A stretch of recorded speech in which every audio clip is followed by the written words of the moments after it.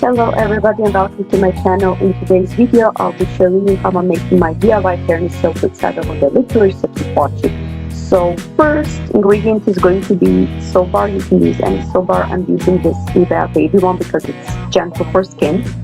Then I'm gonna grate the soap so we can melt it later.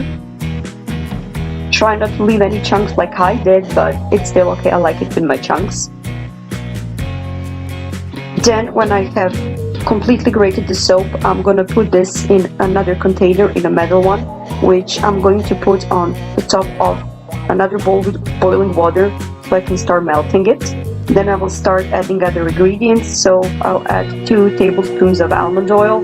Then I'm gonna add 1 tablespoon of rice flour, 1 tablespoon of licorice powder, and half a tablespoon of sandalwood powder.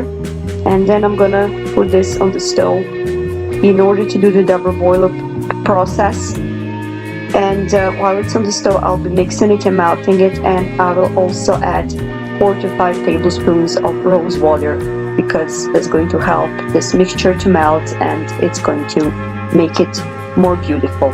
And this is going to take a while. When you have melted it, you will just simply take it out and you will put it in the soap mold. I'm using this silicone mold, and I'm gonna put it aside for like 2 days, or you can also put it in the fridge and leave it there for like 2 to 3 hours, and then it will be stiff and ready to use. So you can use this on a daily basis. Whenever you have shower, apply it on your skin, leave it for 2 to 3 minutes so it can penetrate your skin, and in around 2 to 3 weeks you will notice significant whitening results.